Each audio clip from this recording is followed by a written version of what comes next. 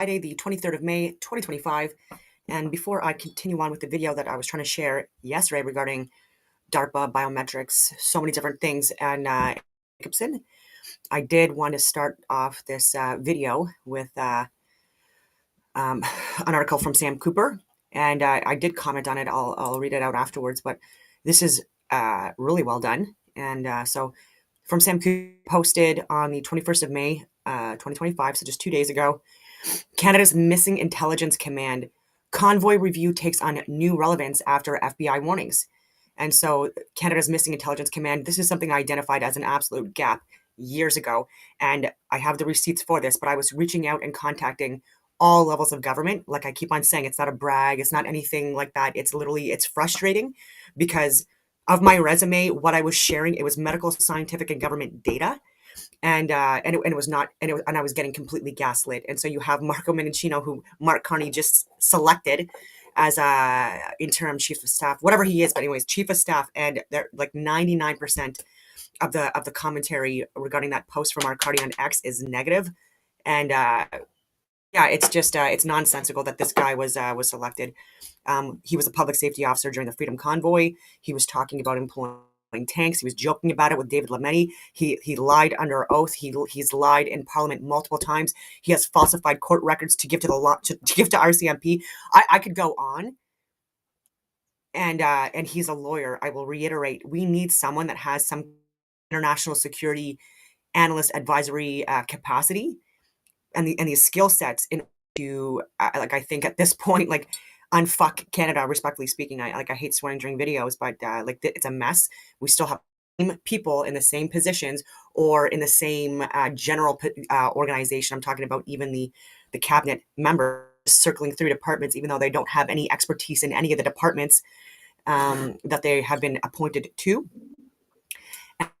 Identified why this is an issue, and the issues with transparency, with not having some kind of an oversight committee like our Senate, who would actually be asking questions to the people that would be nominated for certain cabinet positions, and then go through that question and answer period, just like they do in the US. We need more of that here because we have people, I will reiterate, that got reappointed, not selected by Mark Carney, the same Liberal cabinet members that have been destroying this country from the inside out now for like a decade.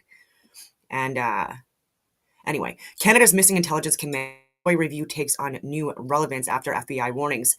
So in my network, and since 2001, I have essentially been in the international security industry. I was 15 years as an infantry officer, and in that I held numerous positions, went to numerous places around the world. Then when I got out, I incorporated, and I was working with global affairs. I was working with DART. I was working with military police, wildlife preservation officers, CBSA, CSEC, CSIS, special forces. Like I was still in the Five Eyes community, doing work with my hands were in so many different friggin' pots, like I was saying, because of my work. And I could have offered more guidance. And if you look at my videos from a few years ago, you'll see like what I was sharing. And it's finally coming out because of the US now releasing a lot of these files and these documents, but we still need to do some kind of an investigation here. And so anyways, I'm rambling on again. My apologies for that. I just get so fired up. So Ottawa. As Ottawa faces mounting pressure from Washington to respond to fentanyl trafficking, human smuggling, and terror threats stemming from a convergence of Chinese communist operatives and transnational mafias from Mexico and Iran, a fresh assessment of Canada's policing strategy and governance reveals the stunning absence of a criminal intelligence committee. So we don't have any of this stuff like the US has. And it was a shock to a lot of people that I shared this article with. And I said, this is exactly what we need in Canada. Some kind of I don't know if you would call it like a criminal intelligence committee. That'd be a good start. But you would have to have someone, again, like an international security analyst advisor that would be heading this committee. And this is someone that could speak to the chief of defense staff, could speak to the head of the RCMP, to cabinet ministers, etc., especially the Minister of National Defense and Public Safety, etc. And so this is the role that I was trying to fill the gap in. And again, I was emailing so many different organizations, people that I knew were directors or higher, and I was getting gaslit and told I was wrong, and etc., etc. Well, I wasn't wrong, by the way. And thank you for trying to debunk my medical, scientific, and government data. within government that were giving me articles from CBC and CTV, it like almost laughable. But anyway, yeah, to deal with a number of intelligence policy and related issues while simultaneously raising troubling doubts about the RCMP's capacity to prioritize, analyze, and target serious threats free from political influence. The Bureau's comparative analysis is based on a sweeping 2024 external review of the RCMP's response to the pandemic-era Freedom Convoy, which suggests Canada's federal police force, working for clients who do not understand or value how intelligence should shape decision-making, bent under severe political pressure, compromising its intelligence collection and reporting integrity, and helping execute an unprecedented crackdown on citizens' financial freedoms during the winter 2022 protests in Ottawa. It wasn't even just financial freedoms. People went to jail. People were charged.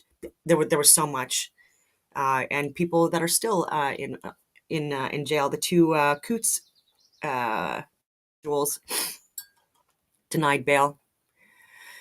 The 92-page report produced under a post-operative operation initiative called Project Natterjack paints a portrait of intelligence breakdowns, no shit, governance failure, 100%, and appropriate political influence, particularly from senior officials in Prime Minister Justin Trudeau's government. The review, first obtained by the Canadian press under the Access to Information request, included survey receipts from 1,641 RCMP officers and personnel deployed during the protests, which paralyzed downtown Ottawa and disrupted key international boarding crossings. Again, this has been largely debunked, I would say, too, with like key international border crossings being paralyzed. It has been read that was not in fact the case during the Freedom Convoy, and yet we've seen that with other protests, including in Toronto for the pro-Palestinian, pro-Hamas woke ideology. They're all lumped in the same friggin' groups, in my opinion, and they absolutely were disrupting traffic. Toronto traffic is the busiest in the world. Just Google it. And they were disrupting traffic, disrupting emergency vehicles from being able to freely pass. Cops, enforcement were providing donuts and coffee to people. I just can't even believe that, the hypocrisy. Anyways, yet an element overlooked in previous analysis of Natterjack may be its most damning: the complete absence of an organizing vision across Canada's security and intelligence arms. I will agree with that. I was I was on Signal, I was on Telegram, I was on WhatsApp, I was having like closed door meetings. I was going to friggin' dog trails and like having talks with people, just trying to make sense of things, right? Like people in key positions, and they didn't want to listen. They didn't want to fucking listen. And it's just unfortunate that I was saying like, look, like you guys are not even talking to each other, and you have no idea what's like with the broad brush, like the macro level stuff. You're so focused on micro, and you're wrong in that as well. But yeah, the structural vacuum comes at a time when the national security threats facing Canada are increasingly hybridized, blending terrorized crime, election interference, cyber warfare, and financial infiltration. These are precisely the kinds of threats Washington is now pressing Ottawa to address, including investigations into fentanyl superlabs and hostile networks tied to the Chinese Communist Party, Mexican cartels, and Iranian and Russian threat actors. And there's so much more. I mean, it's just focusing on like the main immediate threats. Amid what the U.S. government sees as a growing vulnerability that Ottawa has failed to address in coordination with Washington under Trudeau's Liberals, same thing's happening now with Mark Carney's Liberals, the Natterjack report highlights a deeply relevant structural failure in Canadian policing. Many interviewees expressed a level of concern that beyond the informal networks that loosely bind criminal, tactical, and strategic analysts from a variety of law enforcement and security and intelligence agencies, there is not a recognized national body that comes together to advocate, address, and advance issues in criminal analysis, the report states. I was literally like fucking like so many different like law enforcement agencies, like organized crime, like the racketeering, like you name it, and I was trying to share with them information even regarding the financial crimes within people that were within the House of Commons, and the experts they were choosing that had shares and stocks in companies like North Group, like absolute conflicts of interest. And I could go even beyond that, but it's just Now they're saying, oh yeah, we needed this. No shit. I've literally been on the record saying this now for the last over 5 years, and trying to make this happen. So for the fact that people are trying to say, oh, we didn't know, like, this is a good idea now, I'm like, oh my God, uh, it's just wild. Yeah. So I will reiterate, call me. I would fucking head this. And oh my God. And I was even volunteering this information for free. I'm talking about the VAERS data, the debunked original trials, the not aspirating needles, how it was the Freedom Convoy was politicized, and who they chose, like Justin Ling. Further on in the Freedom Convoy, like I'm talking about CSIS and stuff like that, trying to paint and label innocent civilians as terrorists, and again because of journalists that were again not even unbiased. Like this was Justin Ling from Vice News, and he worked with CBC, very leftist, and maybe he's changed since. There's been a couple of articles that I've read where he's on the mark, but again, he glaringly fucked up during the Freedom Convoy, and that's why the Emergency Act was declared. Political pressure, people reaching, CSIS reaching, and I've got all the access to information requests on the full report from CSIS that came out. I've shared all that information. I shared who voted against the Emergency Act. I shared that I sent even Pierre Poilievre like the day before an email saying like we should not be voting for the Emergency Act to be declared. It's not a good idea. And sharing with the Special Forces, Parliamentary Protective Services, people that were staged on the outside perimeter of the fucking Freedom Convoy. One guy in particular too that I had done work with for many years in Gagetown and went to RMC with. And he just so happened to be part of like that force that would possibly respond had they needed to. And I was giving him the same information. I'm like, you guys are being lied to. I'm like, this is not what you think it is.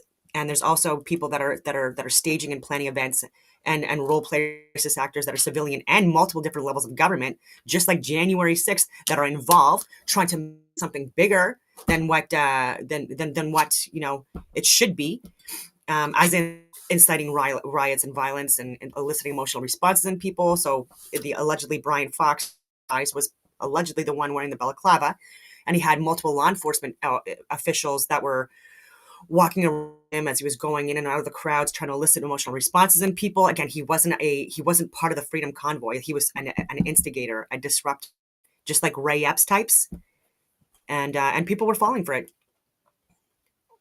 Regarding the Freedom Convoy, the review's most serious suggestion is that RCMP intelligence officers felt pressured to present the protests through the lens of ideologically motivated violent extremism. We were called seditionists. We were called every fucking name in the book, domestic terrorists and right-wing extremists, all of these things. And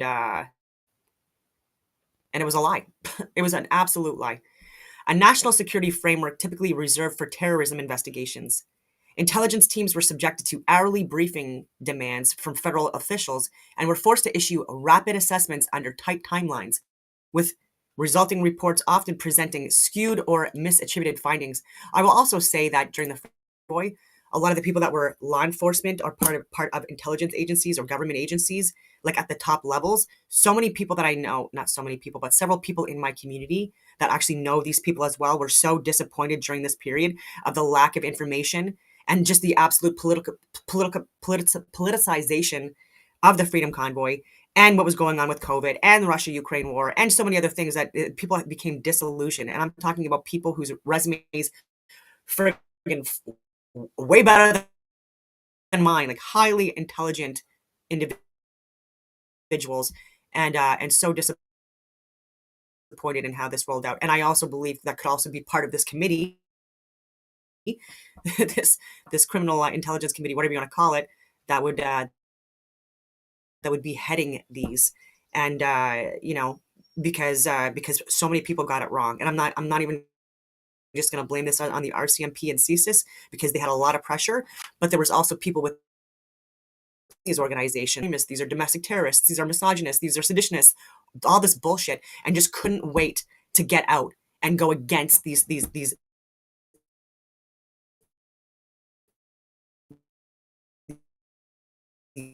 evil protesters and stuff like that. So I would say like a small percentage of the law enforcement government types were actually trying to help and make this remain peaceful, freedoms peaceful. So I'd say in fucking uniform, being honest and getting fired and getting suspended and getting charged and And yet these punks, 80% of our fucking government now, I would say they were and didn't speak up when they were in positions where they should have been speaking up. And we're seeing it now, and it's going to keep on coming out. And I have, again, so many videos of this on the record where I'm sharing these, like, the data. So there's no excuses, because it wasn't just me emailing these people or calling and said, oh, well, it's really important. Yeah, it does. And here's my fucking resume, by the way, too. So this is full transparency. I'm not trying to hide behind an anonymous handle or anything or email address. I want to help because you are impacting everyone around me and my country. And so anyway, where am I going with all this stuff? But yeah, and then a lot of people still back to work, disillusioned and working, or they moved out of Canada completely, but working in non-government jobs, very disillusioned. And this was the best of the best. So yeah. So I'm sure a lot of Karens in government right now are reading this like, I did the best I could with what I knew. No, you fucking didn't. Because people like me and Helen Gruce and countless others I can't mention, we're trying to give you the actual data. But Byron Bridle, like Tamara Leach, Chris Babar, Pat King, Jeremy McKenzie, like these names need to still be out in the media because they are absolute agent changers, heroes. The review's most serious suggestion is that RCMP intelligence officers felt pressure. Yeah, sorry, we talked about that. A national security framework typically reserved for terrorism investigations. Intelligence teams were subjected to hourly brief. Okay, I already talked about that. So interviews also indicated that there were issues with information and intelligence that was disseminated to external government of Canada agencies. The report states, specifically, some government of Canada partners would misrepresent the information or misattribute third-party information as RCMP information. Interviewees and survey respondents felt immense pressure from the government of Canada to be briefed on a regular basis. In particular, when briefings were requested on an hourly basis. This is nonsensical. As the review notes bluntly, when there is that much pressure to produce a report within an hour or a few hours' time, it is not productive. Taken together, the findings paint a sobering portrait of a federal police force struggling to preserve its independence and credibility under political strain. While officers were deployed to confront a disruptive but largely peaceful protest, critics inside and outside government have pointed to the RCMP's relative inaction towards far more dangerous networks, namely fentanyl trafficking, cartels, Chinese underground banking structures linked to the same political influence operations involved in federal election interference, connected money laundering syndicates, and hostile state-sponsored actors operating inside Canada. There's so many more dangers that were happening even at that time and happening even now, that it was just incredulous that they tried to paint this as some kind of a fucking riot.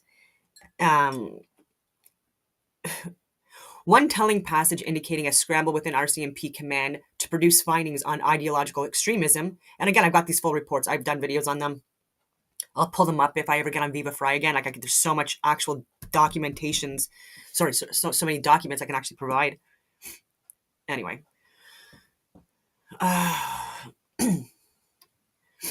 One telling passage indicating a scramble CMP command to produce findings on ideological extremism, whether fully valid or not, reads, ideologically motivated criminal intelligence team and the Joint Intelligence Group were both operating to provide the strategic threat picture and reaching in directly to the divisions for intelligence updates.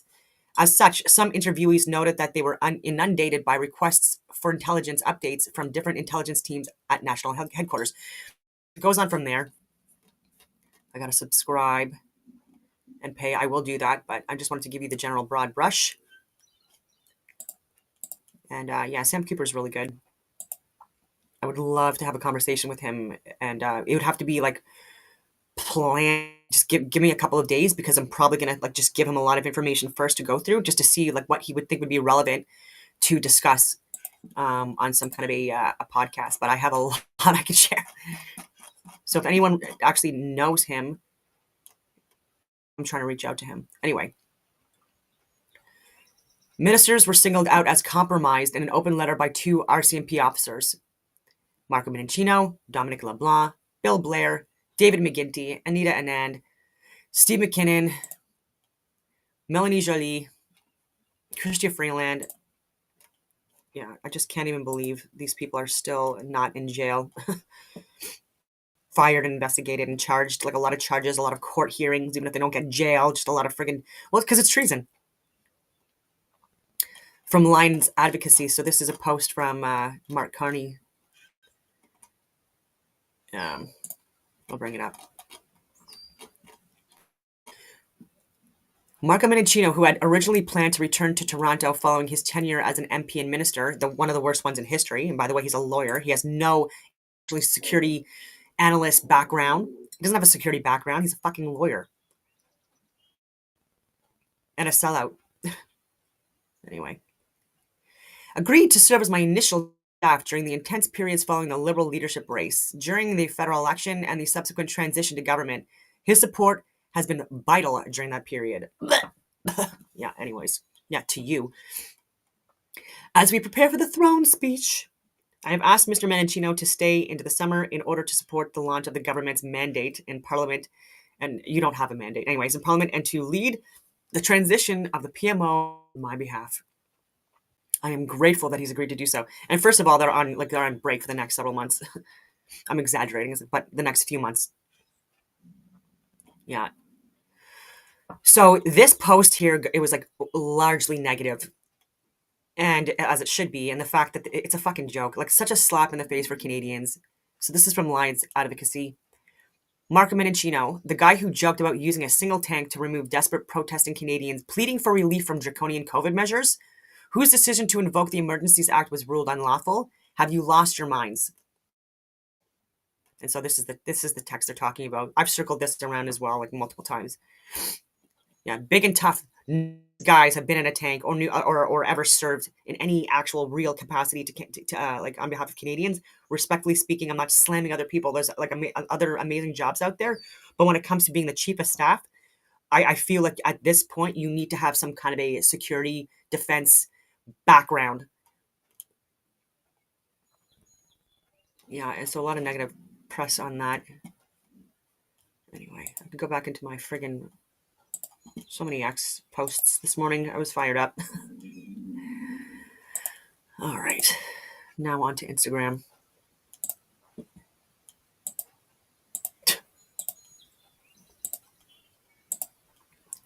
Yeah, I can't amount who actually enough negative things about China, and I hope that doesn't offend people, but there is just so much interference in Canada, and not in the good way, and we're exploited from the inside out.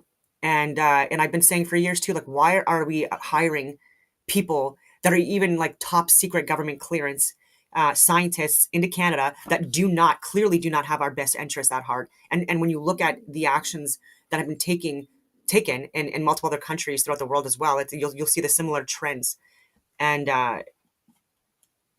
Yeomni Parks, I've shared her stuff, but they make it to America. So if not America, I'm just gonna refresh this. Much. Very small amount who actually make it to America. So if not America, are they just staying in South Korea or going elsewhere? Oh, mostly they are in China, captured. Okay. So majority of North Koreans are in China, and they end up in 4 places as a North Korean defector in China. One is you end up in organ harvesting. So they buy you and take your organs out and discard you. Second is you are bought in these brothels. They rape you until you die. Usually you die in 6 months. And then third place is where a town of men buy a girl, ship in and buy a girl, and then they rotate and rape her and she dies out. And last place is sex chat rooms, where they lock these girls indoor and they make them to perform sex acts in front of the camera. And then for that, these girls get fed and get hidden place. Mm-hmm. So this is happening, and this is a thing. I am here because there are, as I said, 300,000 of them are trapped in China. Mm-hmm. and don't know if there's any life for them. And I've been trying to spread this message in America, in the land of the free. And the producer last year in Hollywood wanted to make a movie out of my story from my first book. And he sent me a movie script, and he says, China was my promised land. When I got to China, they gave me protection and refugee. I asked him, like, what the heck are you talking about? Right? And he said, this is the only way we can make a movie about North Korea in Korean Hollywood, by lying about China. And that's why no Michelle Obama or Joe Amal Clooney or none of these people would sit down with me, talk to me, because they all making money out of China. Wow. And that's why North Korean stories are buried deep down, and nobody ever talk about this modern day genocide and Holocaust anywhere. It's a Yeah, so hundreds of thousands of North Koreans slaves that are in China. There's there's at least over 1 million Uyghurs also basically born into slavery in China. They've just overturned the requirement they had where it was a baby in China, and then a few years ago they allowed it for 2 and then 3, and because they're realizing, oh shit, this really didn't work out, and now we have tens of millions of Chinese men, of fighting age males, whatever you call them, like family aged males, that where there's no women. There's no women for them to ever have start a family with, date, or anything like that, have a relationship with, and there's high suicide rates, high degrees of loneliness. People trying to leave China to find a partner, and because when they were doing this, were for many years, it was like they were only allowed to have one child, even if they were like in their third friggin' trimester. Like there were these teams from the government that would go, they were killing babies. And even women were trying to flee areas and hide in rural areas just so they can have like the baby and stuff like that. And they would catch them there too. And so these are all disgusting practices. And I've talked at length about the Chinese police stations, military bases, the fact that within our government, they were even speaking Mandarin in Canadian government meetings. These are issues, ladies and gentlemen. French and English are our national languages, and it needs to stay that way. And I could go on a tangent, but I won't. And just like even their like even the pollution, the slave labor. There's just so much. This is Byron Birtle. Jesus, Birtle. If you've lied to me, I've shared his extensive report that he put out a few years ago. Helen Gruss also talked to him even in 22, like I believe maybe earlier than that as well, because she was suspended and charged during the Freedom Convoy, during that first weekend or within the first few days of that convoy weekend. Why? Because she was trying to share facts and truth. She was labeled as a domestic terrorist, a seditionist as well, like just things that would actually blow your mind, because this woman is a angel. She's a literal hero. None of those things that she was painted as, and then she was just found guilty of discreditable conduct from Chris Renwick. Anyway, and I know people that have known him personally for years that don't have a lot of good things to say about him, and he's the one that was overseeing the clown circus. I now question everything you've ever told me, because I don't know how many times you've lied to me now. Once I've caught you with, I may have only caught you with the one, but you may have lied to me many times. I don't know. I have no way of knowing, and I can't trust the response you're going to give me if I ask you how many times. So I am starting to look back into this. What I can say as a vaccinologist, I'm not going to bash historical vaccines at this point. What I can say is I'm looking into it, and I've been shocked by the poor quality science that supports a lot of our historical vaccines. I have found fatally flawed vaccines. I was telling my own students, go get the HPV vaccine, because it can be great for preventing cervical and anal cancers. So these are the vaccines we give to our teenagers in school. I went back and looked at that because I was shocked. I heard that apparently they didn't compare in the control group, because I saw that the clinical trial data. The clinical trial data said they were going to compare the vaccinated group with the group that got a placebo. I understand what a placebo is. That means it's sugar or salt water. No bioactivity whatsoever. I saw that. So I thought, what's the issue here? I went back and looked, and when it was actually published, I found out that what they compared the vaccine to was the adjuvant. If you've lied to me, I'm actually going to share what he put together. Nope, wrong button. And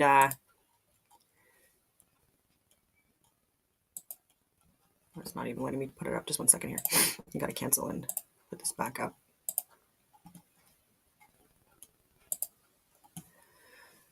Okay, let's see here.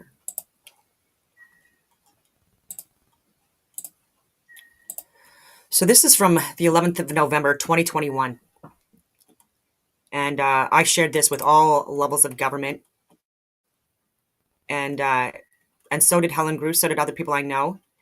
And so this was sincerely Dr. Byram W. Bridle, PhD, Associate Professor of Viral Immunology, specializing in vaccinology and immune responses against viruses.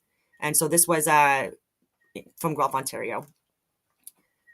142 pages of data from 2021 that was shared.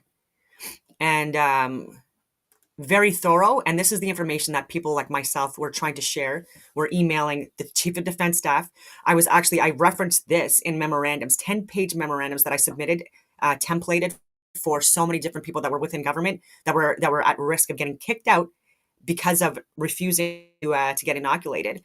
And even pregnant with over 20 years in, Army officer, woman that I knew, and she's still in the courts because she was kicked out while pregnant.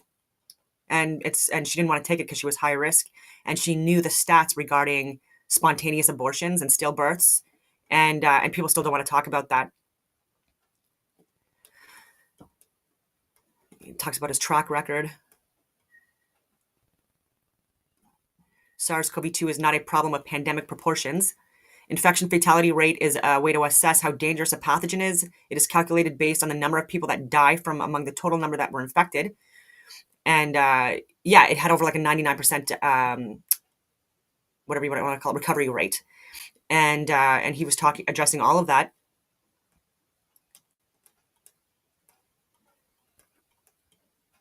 Case mortality rate for Ontario.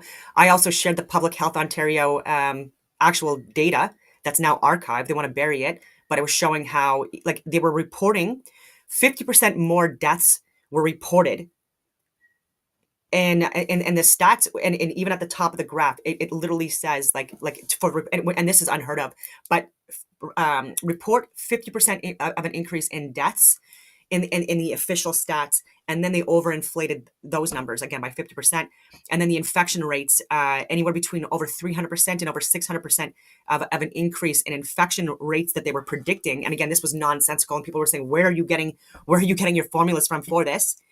And there was no science involved in this. They were addressing the PCR testing and how anyways, I'd go on all this stuff, how they were being cycled, getting false positives. Asymptomatic transmission of SARS-CoV-2 is negligible. And even Kieran Moore, there was a memorandum that was submitted in August of 2021 that I've shared as well with all levels of government that was saying the same thing. And 142 pages.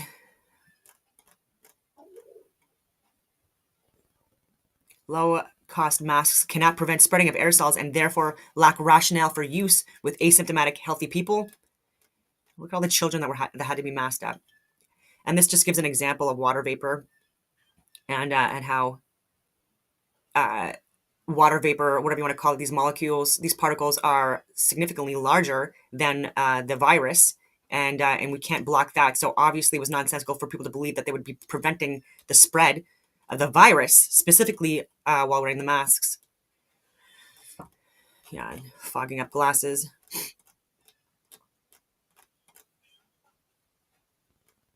I mean, I could go on, but so this is what I had shared. I'm going to share one other thing here. Just the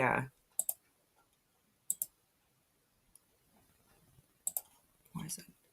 I'm going to put the whole thing up.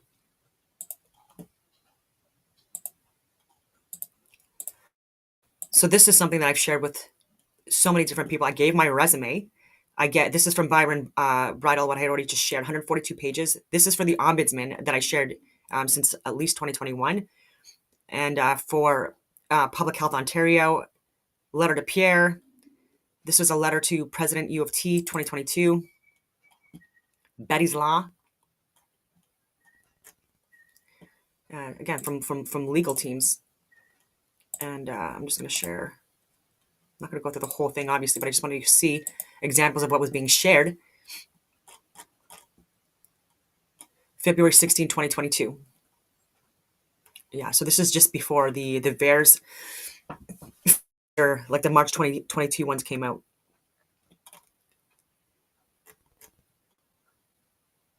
So this was to the university.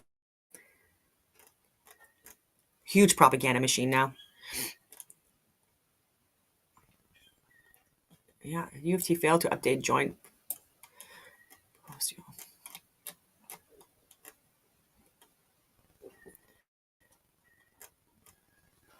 Just look at all this.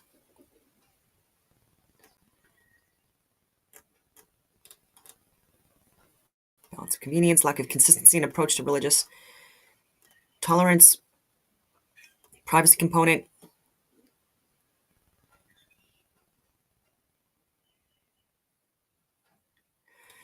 They were, oh yeah, and also like forced inoculation on people in order to be able to do anything when there were alternate treatments that were readily available already. And so this is not even something that should have been declared to be used under emergency use authorization when we had ivermectin, fenbendazole, vitamin D, nattokinase. We could have like looked more at the sun, worked out more, because again, this was impacting people that were, you know, there were more adverse symptoms when people were overweight or had comorbid conditions. This was obvious. This since the beginning, at least, that's been out, and something that should have been addressed. And instead, people were gaining weight because they were locked in their friggin' houses, not able to do anything, and which was nonsensical to me for so many different reasons. But anyway, so more data that was given to them. Again, this wasn't from CTV or from friggin' Rosemary Barton. This was actual. These were actual experts that were sharing a lot of pertinent information during a time where it was absolutely needed, and it was getting fudged off. These are the VAERS. Again, I've showed this so many times, but I think it's important just to remind people. And these were underreported at the time as well because of financial incentives, because of politically motivated incentives. And this was 28 February 2021. And people were contracting COVID even via inoculation. I'll keep on saying that because, oh, you won't stop. You'll stop the spread. You won't get the virus. If you do, then you know it's not going to be severe. Lies. So this was just from February 2021 in the UK alone, in Pfizer alone. So like not even Moderna or AstraZeneca or J&J, but 4.6% of the VAERS that were reported were people that contracted COVID-19 via inoculation. And again, you'll get the same date for the March 2022. And again, like Pfizer needed to be sued in order to give this information to us, just to be clear. And so you've got it right there. I'm going to show the 2022 because you'll see that people were dying, contracting COVID via inoculations. It's all coming out. And but again, this has all been out for years. It's wild to me. 21 March 2022. The lock date was 16 March 2022. Again, the VAERS were underreported. People are saying, depending on what experts you talk to, they were saying that roughly 1% of the VAERS were actually reported during this time. Some people are saying it's between 3 and 5%. But at the end of the day, no one has been saying that the VAERS that were reported and actually put in the systems, the databases, no one's saying that it was like anything over 10%. So even at the highest, if I go really bold and say like 10% of the VAERS were actually reported, that again, I'm still, I think I'm credit to how many people actually contracted COVID via inoculation and had all these other VAERS, including myocarditis and pericarditis and blood clots and tumors and turbo cancers, if I haven't already mentioned that. Herpes, AIDS, VAIDS.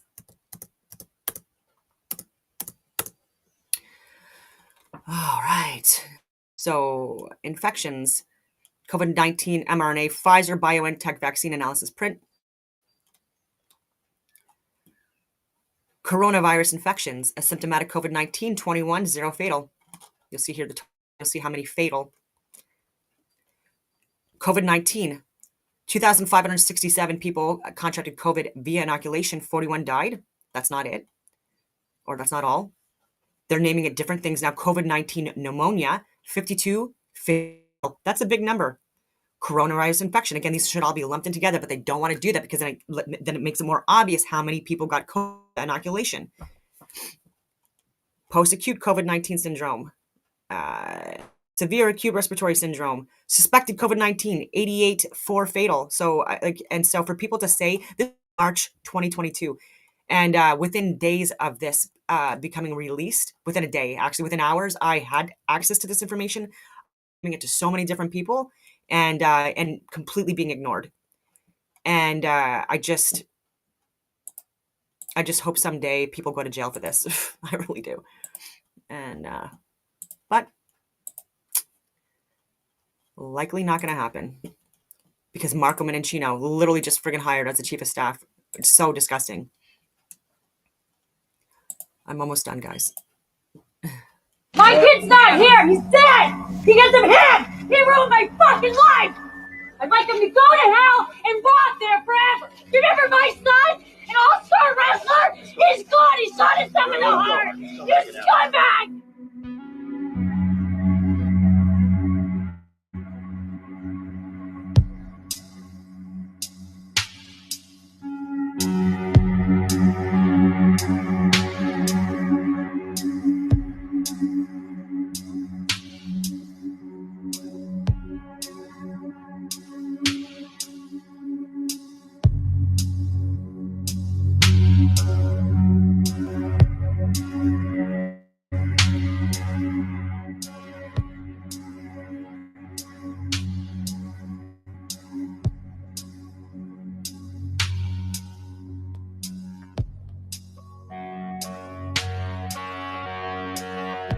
My kid's not here. He's dead. Yeah, unbelievable. The lengths that people within the legal systems the lengths they will go to make a buck. And Kamala Harris also involved in that type of stuff.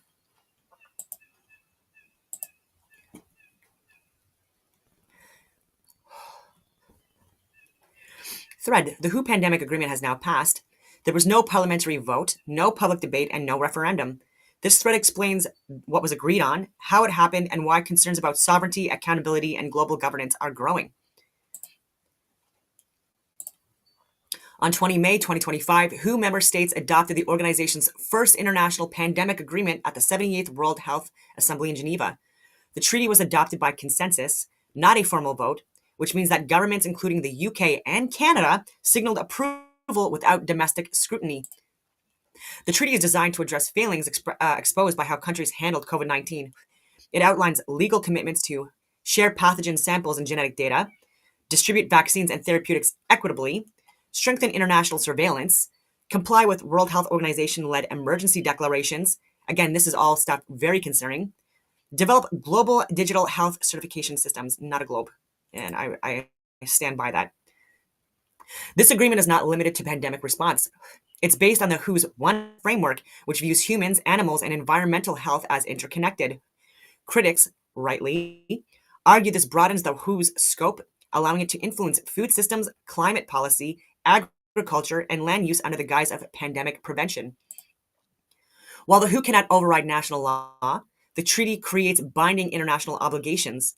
Governments may use it to justify emergency laws or sweeping public health powers, while shielding decisions behind the language of international compliance or global coordination. A democratic institution, its Director General Tedros is not elected by citizens, but appointed in a process dominated by diplomatic negotiations between member states.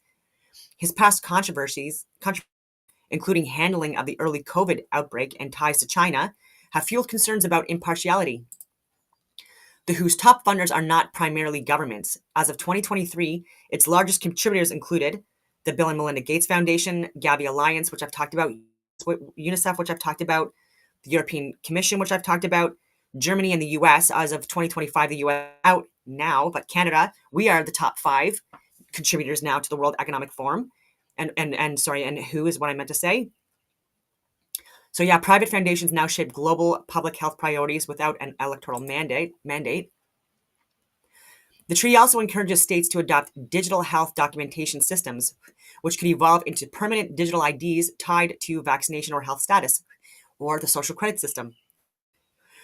While presented as public health tools, such systems have been heavily criticized by civil liberties groups as intrusive and open to mission creep. Several countries abstained or objected during the drafting phase. These include Poland, Russia, Italy, Iran, Slovakia, Israel. Their stated concerns include loss of national sovereignty, lack of legal clarity, and the risk of unelected institutions imposing policy. So yeah, it goes on from there, but structural change in how global policy is made, particularly in moments of crisis. What COVID began, the WHO Treaty formalizes. Emergency governance, centralized authority, and the use of global health as a gateway to broader control. So the WHO pandemic agreement is a landmark. We've been warning people about this for years, not just in public health, but in global governance. It centralizes authority, weakens national sovereignty, and embeds unelected influence at the heart of crisis response. The public was never asked. And so this was well written. I shared a few of the highlight points. And just wanted to make a comment here about Bill Gates. One of his tweets, vaccines in our food supply solves the problem of vaccine hesitancy. In the same way, slipping a roofie in a girl's drink solves the problem of sex hesitancy. Anyone who puts drugs into food or drinks without consent needs to go to prison. I totally agree with that. The tense confrontation, President Trump ambushing the president of South Africa. Up next, another Oval Office down, President Trump ambushing the president of South Africa.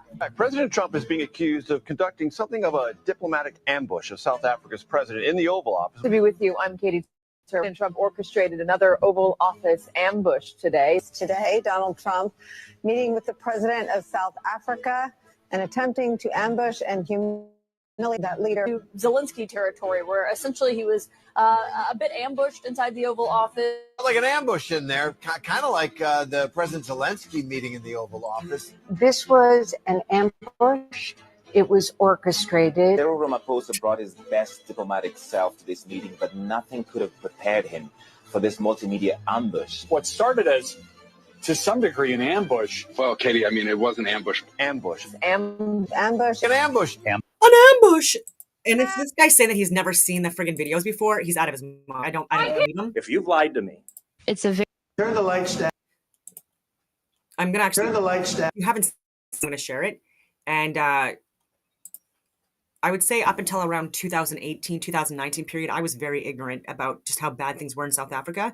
But it was only after I had went there for Naked and Afraid, and that was 2019. But I had, and I've talked about this before, when I was in Stittsville, my neighbors were from South Africa. It was a couple with 3 kids, white, and they were also leaving because they were terrified for their lives, even in the 2019, 2020 period.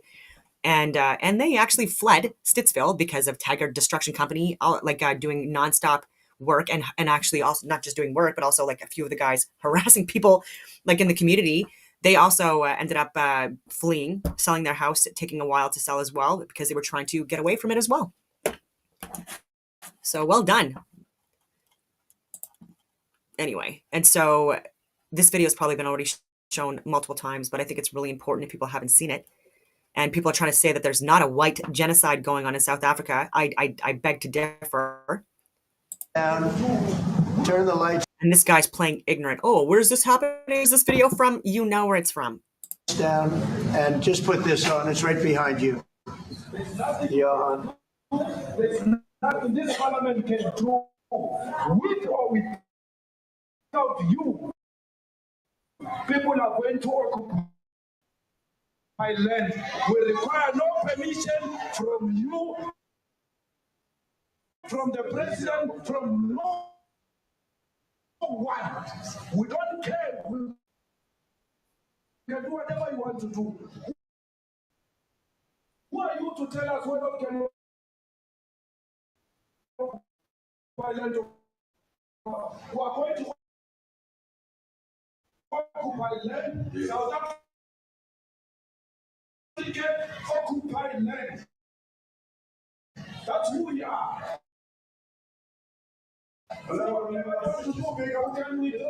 Yeah, so they're saying stuff like that, and they're still working in government. They're the opposition party, apparently. But again, they're still working in government. This would never happen in Canada.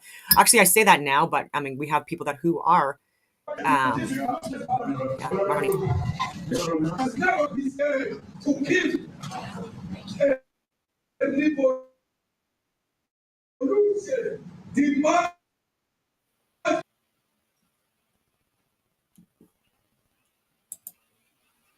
Come on, internet.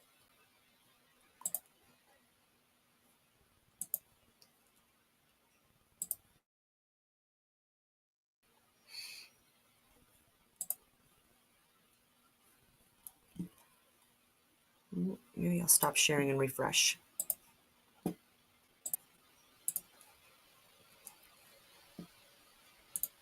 Looks like it can't be reached. All right, maybe that one works. Just biometrics and the surveillance state.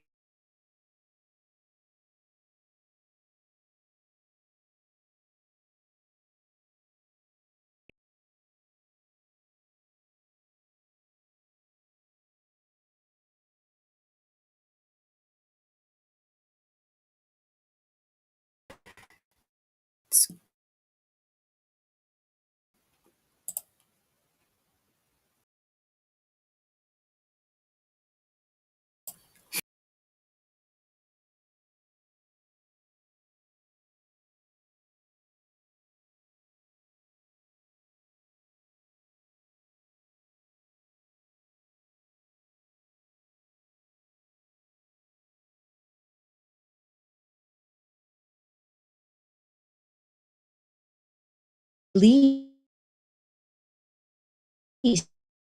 after President Trump is presented with quote unquote DNA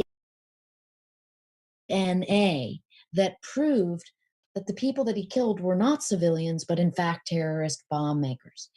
I mean, it's sort of hijacked.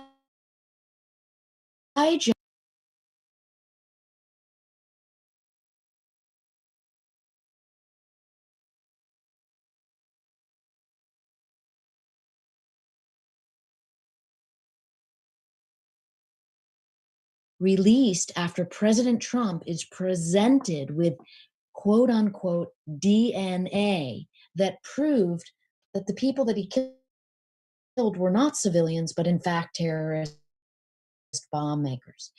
I mean, it's sort of hijacked